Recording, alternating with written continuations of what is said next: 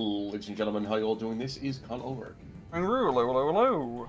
And folks, more Division 1 WARNO action today. We are on the map of two ways, ranking who's here, what are they bringing, and what does it mean for those viewers today. Left hand side in the blue, we have Tman playing 5th Panzer Division, and on the right hand side in red, we have Lathans, who runs a pretty cool Twitch stream. I'd recommend checking it out. He's playing VDV. So 5th Panzer, as we see that MiG-29 lining up on that Apache and taking it out. Oh, Very what's good 5th kill. Panzer like? What do they do? Pretty standard panzery stuff. All the classic German staples of Leopards, Marders, Schnitzels, all of that good stuff. So yeah, they're just pretty, like a lot of divisions right now, pretty standard for what you expect from their country. Exactly. I mean, Leopard tanks, of course, as you know, maybe not the greatest of armor, but zippy-dippy fast, and those cannons are really quite good. But you know what? That's unimportant right now, because there wasn't a patch since our coverage of last week. So what's the TLDR in terms of that patch? What happened there, sir? We're mainly adding the heavy machine guns and grenade launchers, but we're not really seeing them because they're not really that great, honestly, especially in 1v1s. A few price nerfs here and there, more launchers being added, some extra vehicles, just slowly the game's getting there. But going back to the actual initial opener of this match, we've seen Lathans push pretty hard down south and in the center as well, using that for deployment quite effectively. Would you say he's trying to finish his opponent off pretty quickly? I'd hope so. Yeah, You kind of need exactly. to VDV. That's true. That's true. I mean, the VDV, when you definitely saw in the air time, he's going to be controlling that air without too much issue, unless, of course, those Rolands can kind of speak up. So, I know you and I were talking before the cast really got started. The Roland we haven't seen a whole lot of. What should we be expecting? Is that, really great, or It's just mediocre. Like, it's good at shooting down aircraft. Well, one would certainly hope so. We could shooting down aircraft. I imagine it's one of those things. If it's like, yes, we brought this fireworks launcher. It's called the Roland, and it's got 12 missiles. So I could certainly see that happen regardless, though. Yeah, this is actually a pretty interesting opener here so far. Lathans did try to go pretty hard for the southern town, but his Spetsnaz, I mean, they're damn good infantry, but not good enough against all his Panzer Grenadiers. And Tman actually pushing a little bit up north there, using his, IFV armor advantage. Yeah, I wonder if he's going to actually try to push up any further here. He could get a pretty good flank into the VDV lines if he was to move up. Because, yeah, right now Lathans has a pretty good hold on Charlie.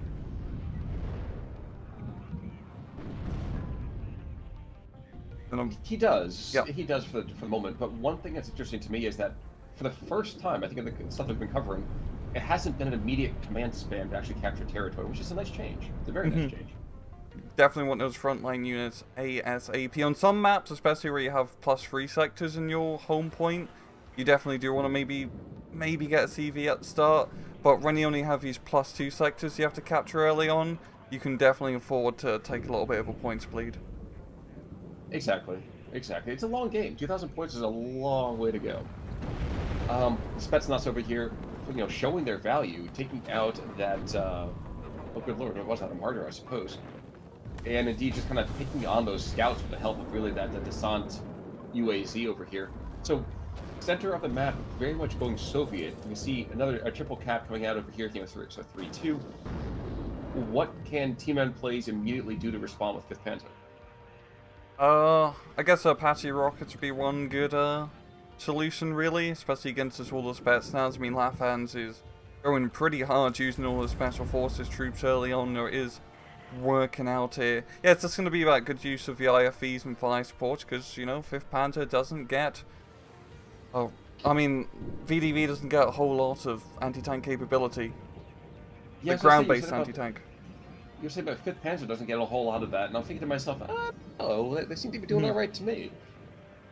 But we are actually seeing one of the rare airplanes coming out over here for the 5th Panzer. It's a Tornado coming out, and he's dropping away a lot of ordnance, unfortunately. Oh. For the Spetsnaz. Yowza. That's going to definitely solidify his position for just a little bit. But still, he doesn't have a whole lot to counterattack right now. His Panzer Grenadiers are very low in HP. And Lathans also does have the Hind backing him up. I suppose here's the thing. The Roland itself shouldn't that be a nice counted behind or no?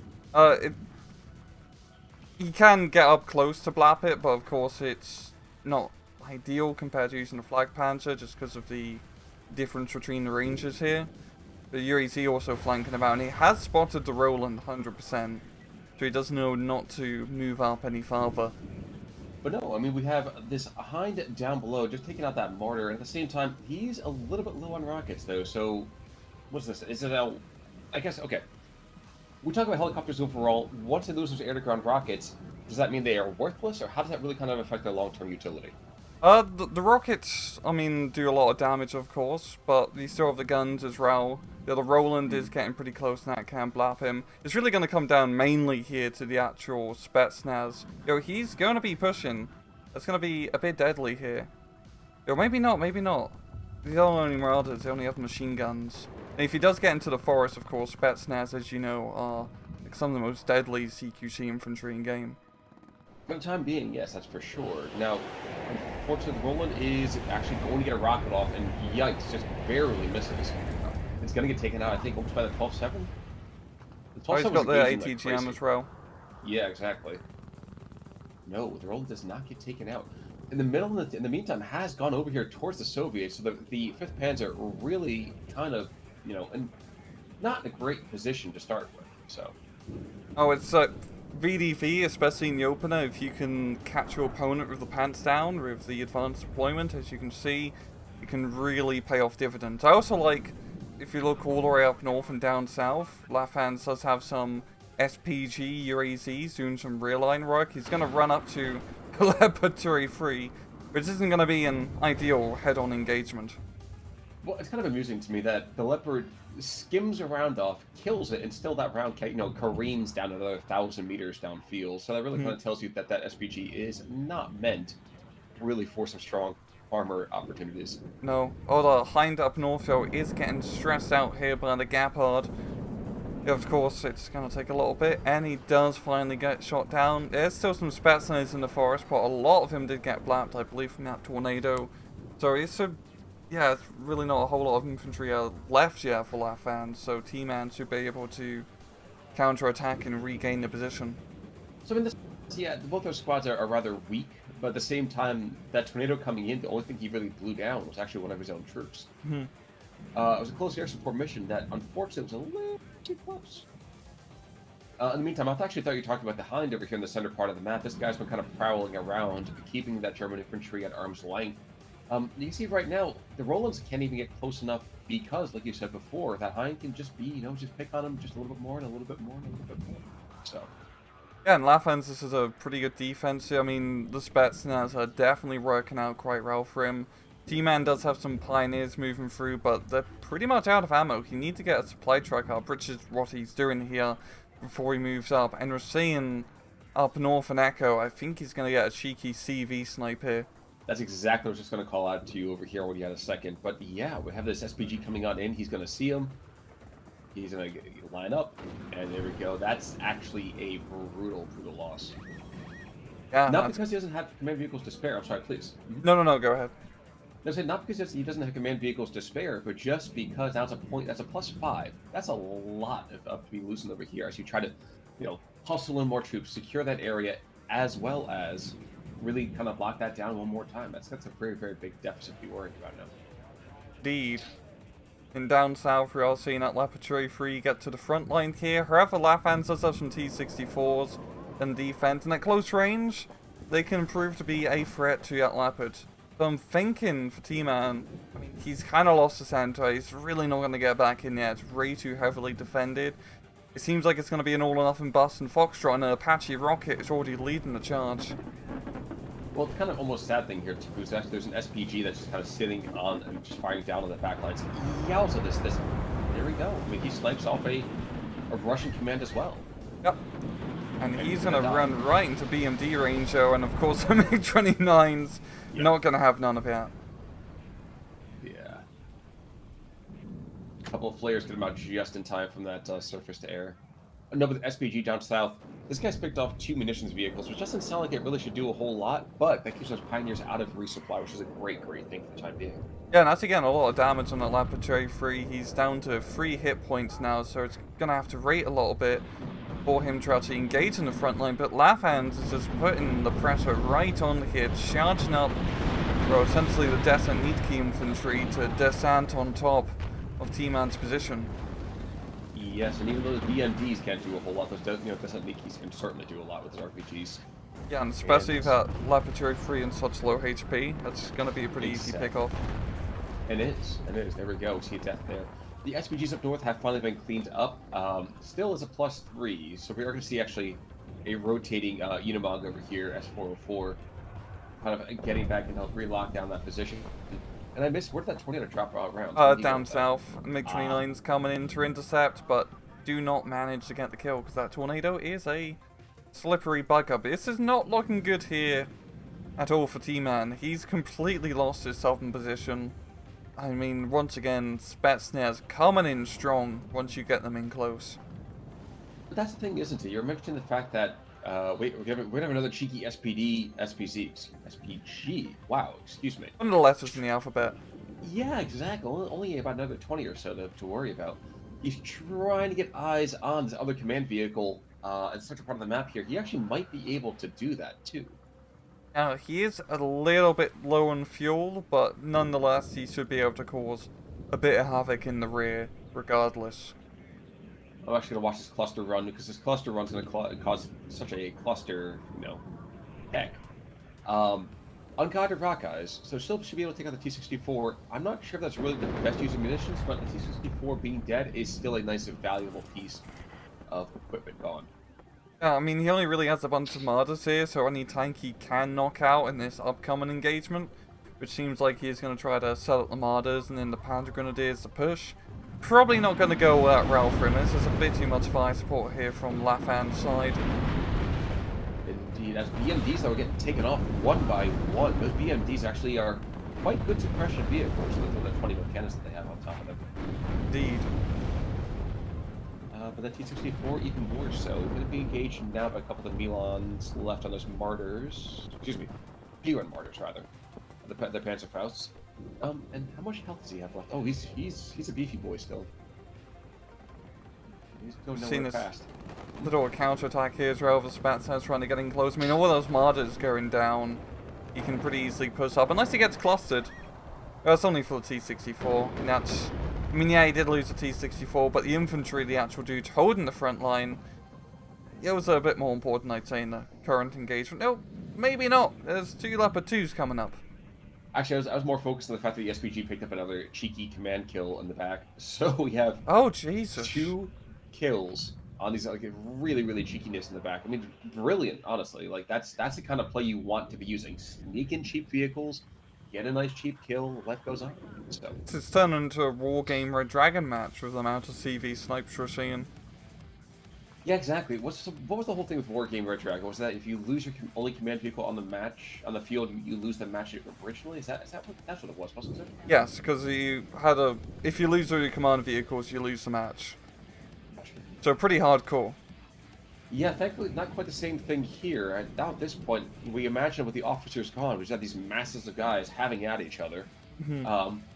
So it's nice. It's nice to see. It's nice to see those officers aren't really the most necessary thing on the field. Now we are seeing these tornado runs have been pretty consistent. Not the most accurate, but at least they've been able to scare the Spetsnaz out into the open, so that Elon Fuchs over here can actually engage him. Unfortunately, they don't seem to give a Fuchs about it, because they just kind of go right over the hillside, and that's that. Yeah, there's no point for the Spetsnaz to really try and engage, as with RPO launchers don't really do too much damage against vehicles that are rolling. Again, a bit too cocky. I think I must have been a misclick, because he got sniped by the anti-tank gun.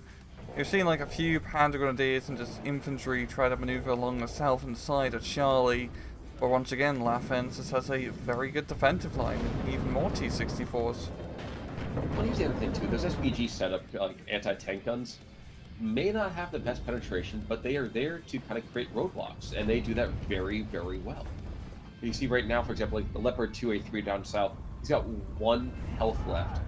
Not because there's so much firepower there because of things like that SPG. Just that slow chip array of damage can, well, do a lot of damage. Also, the RPG-29 from the Spetsnaz OP can prove to be quite good. And this is just very good play here from Lathans. Like with the Spetsnaz division, you don't, oh, not Spetsnaz, VDV division, you don't exactly want to be engaged in open field engagements, but he's forcing all of these engagements CQC style. And now he's even going to do a bit of a T-64 flank here as well. Which is kind of scary because there's only that one leopard that's really kind of hanging on in there.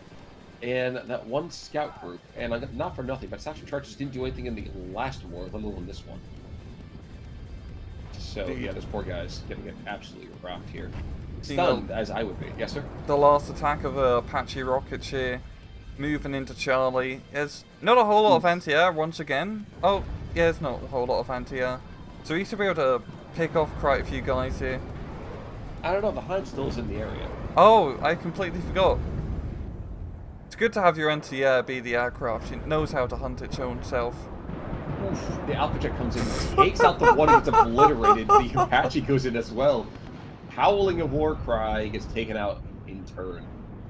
But command snipe in the meantime too, so we've seen more command deaths over here. And I think that actually might be the last Apache. Yep, that's all 4 Apache rockets, so they've all been blapped. We're also seeing a seed plane being brought in. Don't really think that's really necessary currently. I mean, as we can see, if I God Vision, there's nothing to really seed. Yeah, but I can't help but wonder that for him, he's using it as an unmasking opportunity. Yeah. So yeah, you know, maybe Roland engages him, so now he has a gun run with the 30mm cannons over here on the MiG-29, or like their nice cheeky kill for the MiG-29, picking up one of those scout helicopters. But I don't know, it feels like the VDV took a nice early grab on this and just would not let go. Yeah, it's just a very good early game aggression, really using that advanced deployment effectively, and also just forcing all the engagements to be in, well, very profitable engagements for the VDV, and I think the KD pretty much speaks volumes for that. Exactly, and you can see like the MiG-29, for example, taking out 2 Apaches by himself. Even the T-64Bs, maybe not buying themselves back over here, but still doing well enough. Go to the 5th Panzer, yeah, the Apaches were the major killers.